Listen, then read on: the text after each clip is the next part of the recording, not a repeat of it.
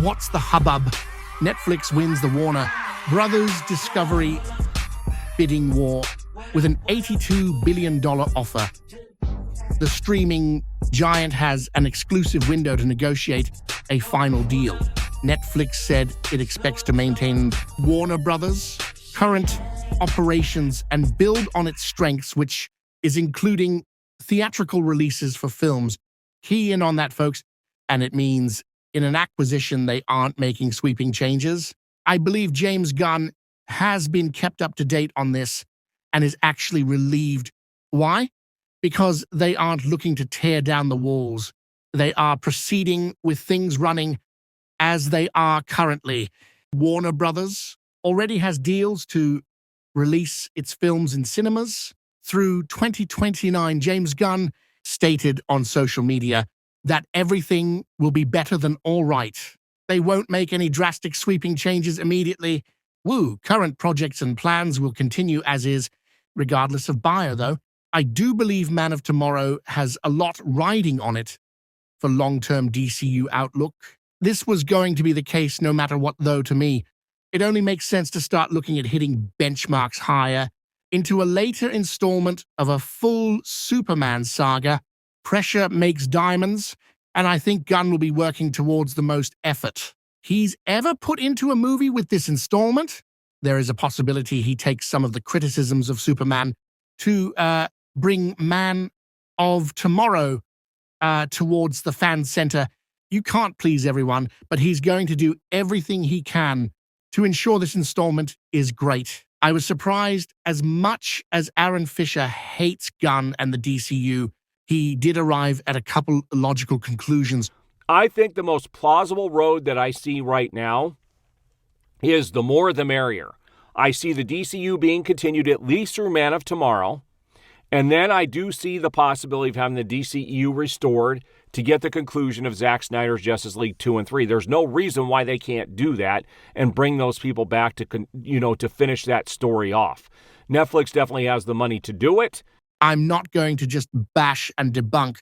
If someone manages to string together coherent ideas, I'll give him credit on these takes, as I'm sure it wasn't easy to arrive at them as a SnyderVerse fan. What this really means? Batman Part 2 confirmed for straight to streaming. Just kidding. It means a Snyder Bros cope reversal.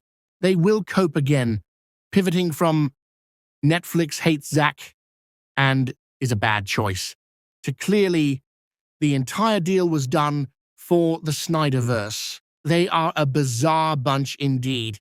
Let's look at Netflix as some kind of path to restore the Zack Snyder deadverse. If a sale were to even fully complete, we are talking years of regulatory and merging intricacies to shuffle through.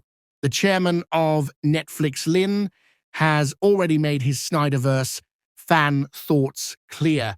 When wrapping up their chat with Lin, the hosts joked that those crazy SnyderVerse fans would have come after him, which Lin sarcastically referred to as bots or Autobots. With a laugh, he hates their Snyder Bros. Let's check the facts. Zack Snyder flopped with Rebel Moon and has basically been cancelled by Netflix. By the way, Tig Notaro says she's writing a hot lesbian action movie with Zack Snyder and also spilled some early details on the project. As of now, the movie is called Deviants 2 and takes place back in some old-timey days, like some closeted deviants, she said. Well, that should make hundreds of dollars. Anyways, according to what's on Netflix, who reported that Snyder's Twilight of the Gods anime has been cancelled, the outlet states that Snyder's planned LAPD crime thriller may never happen at all either. Sources note that Snyder's output didn't quite connect with Netflix the way the company expected, and that Army of the Dead and Rebel Moon are essentially on ice. It's no secret that Zack Snyder's projects didn't quite connect with the way that Netflix had hoped, with the director now working on projects away from the streamer, and his Army of the Dead and Rebel Moon projects put on ice for the foreseeable future. There were plans for a new LAPD crime thriller, although more recent. Reports suggest that the movie may never hit our screens either. With this being the case, all I'm seeing are more daggers in the hopes of the Snyder Autobots. But you know the Snyder groupies are both persistent and stupid. I say that towards the cult segment, not normal Snyder fans, by the way. The Cosmic Book Cope site even tried to state the reason Zack was leaving Netflix was because the deal won't go through them. Per Cosmic Cope, they stated, a new report suggests Zack Snyder may be stepping away from Netflix, which aligns with what we've been reporting about his potential SnyderVerse return. Backed by the Saudis and whichever studio wins the Warner Brothers Discovery bid, Comcast or Paramount, if Netflix is no longer Snyder's long-term home, it fits the wider picture. He's clearing the deck for a major return to DC. Netflix may use this merger to create a hybrid model, keeping massive spectacles like DC films in theaters while bolstering its streaming library with other content. In any case, the current DC slate remains locked in. Fans can rest easy knowing that Supergirl, the horror-tinged Clayface, and the Batman Part 2 are safe on the release calendar and will arrive in theaters exactly as planned.